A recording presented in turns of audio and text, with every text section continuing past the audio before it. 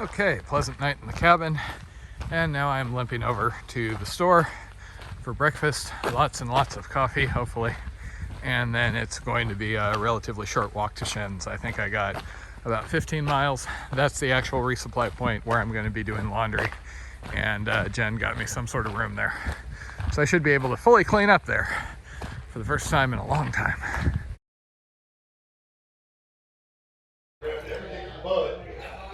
Okay, I've been camping out in these nice folks' dining area for a long time because I was desperate to get at least one episode uploaded, but that's done now. So I am onward to Shin's Pond. Unfortunately, this is the last good weather day for at least a couple of days, and I am going to totally waste it because Shin's Pond is only 14 miles ahead. However, that is both my resupply and my chance for laundry, and I'm hoping slightly faster internet. It's really been bothering me being behind on the video. You have no idea how many comments and messages I get. Are you okay? Are you okay? Where are you? Did you quit the trail? So all the excitement last night around that oddball individual eventually fizzled. State trooper went and talked to him, game wardens, etc., etc. I did end up getting a free night stay in a cabin just because the folks at the hunt lodge back there were concerned about me being on the road. So that was nice of them. Road walks. It's been so long. It's going to be 14 miles on pavement, looks like. On the plus side, there are stealth camping opportunities abound. Also, for those following from the AT, this is actually stealth camping, not those solo tent sites that just happen to not be at a shelter. Granted, on the other hand, it is currently bear season out here, so I would be careful where in the bushes I was going to set up.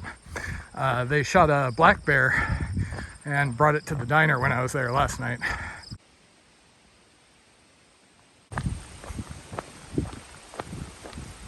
Hey, I know them. This is the other side if you didn't come by the river. I keep seeing these tiny little guys everywhere. Most of them have been run over. This one's alive, but shouldn't be hanging out on the road, dude. So I was just sitting here by the river giving my feet a rest and eating my, junk food lunch, and some ladies stopped by in that car over there, came over to chat and gave me lunch. I love nice people. See, this is why I can't go into normal grocery stores anymore without struggling, because little things like grapes are amazing. The fact that you can just go and buy them at any point and eat them whenever you want, it's like, oh my God, there's things everywhere. I want them all. Dollar Generals are a lot easier. There's less temptation.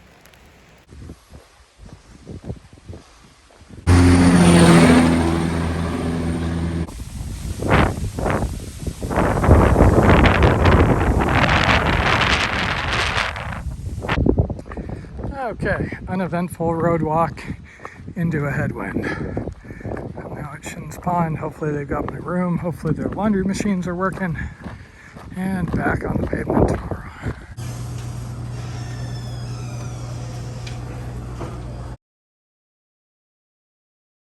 Okay, so per every weather forecast I have access to, there's going to be over an inch of rain tomorrow. So I am going to zero here because they have food, they have beer, they have laundry, I have a cabin that's kind of nice. The Wi-Fi is so fast I've been able to upload episodes that I've been sitting on for over a week. Also, they have ice cream. I am liking this plan so far.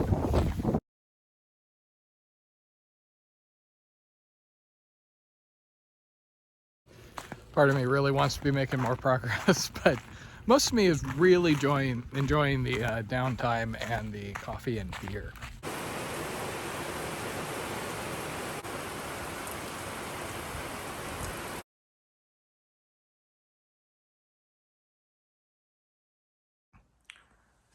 God, this has been a nice break.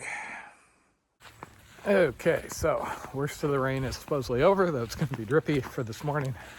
May have some harder rain later.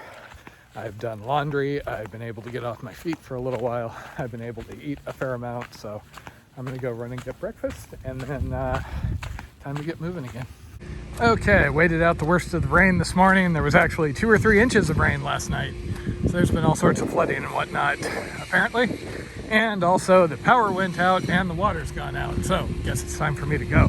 Guess I should count myself lucky that I was able to get a shower this morning. No idea what's going on with the power on the water being off. So it actually looks like I'm going to be picking up an ATV road up here. Hopefully not too muddy today.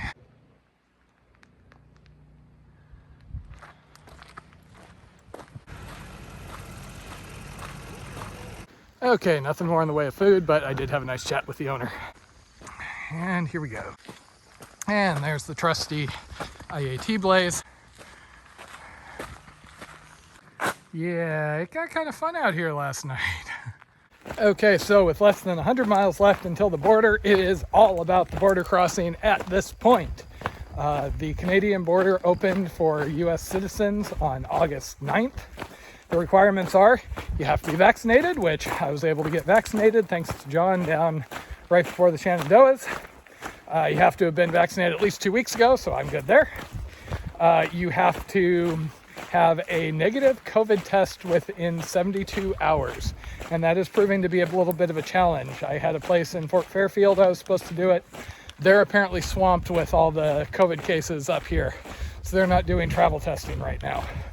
Fortunately, I met somebody who is willing to give me a ride up to Fort Kent, where there is a place that does it, but only on the weekdays between like 8 and 11 o'clock in the morning. It's going to cost me $140, and they report the results within 24 hours. So once I have that, then I just have to provide a quarantine plan in the event that I get COVID up in Canada. No problem. I'm just going to pick a hotel, something like that, and then I should be good. But it's a national border crossing. You never know. They could decide to search my pack. I'm not going to find much in there except dirty laundry, but... So it's just about getting that done, getting across the border, and then I can worry about getting 500 some miles in before winter hits too hard, huh?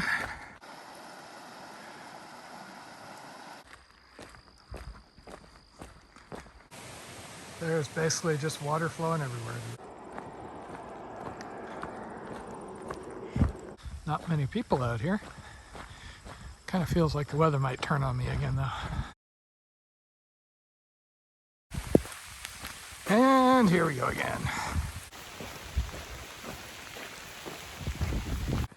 Okay, so it rained for about an hour, enough that getting down the road without completely just tromping through the mud was getting kind of challenging. Now I'm back on the pavement and making a straightaway for where the shelter's supposed to be. Allegedly, I may have to jump some electrical fences to get at it, so that'll be fun. I'm also hearing dogs and what sounded like a gunshot nearby, so hunters, I'm guessing. You can seem a little on the flooded side up here. Also, that smoke you can see, somebody's burning like plastic trash out front of their house. The place is kind of, you know, a decaying mess. It's like something I saw way down south.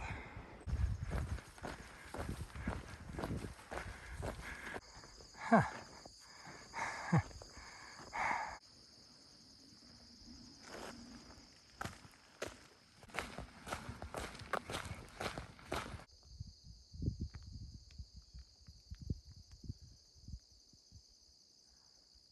Okay, so amid this roadwalk, there is apparently a shelter back here. And I'm glad to see that tag. This is really a ways back here. Half a mile or so off the road, I think. Okay, this would be the roach shelter. Supposedly there's water accessible. Hopefully, because otherwise I only got about a half a liter. That startled me for a second. Okay, stop me if you've heard this before. I'm at a shelter, it's raining, I need to do a long haul to get water. I can't seem to find enough flowing off the roof to be able to fill my CNOC. Okay, so I don't know what the actual water source they want us to use here is, but I found this and I'm taking it. Advantage of having it rain so much today. And this is once again why I like semi-freestanding tents. Just jam your shoes in the corners and you're in business. There's bugs here, so I don't really want to sleep out.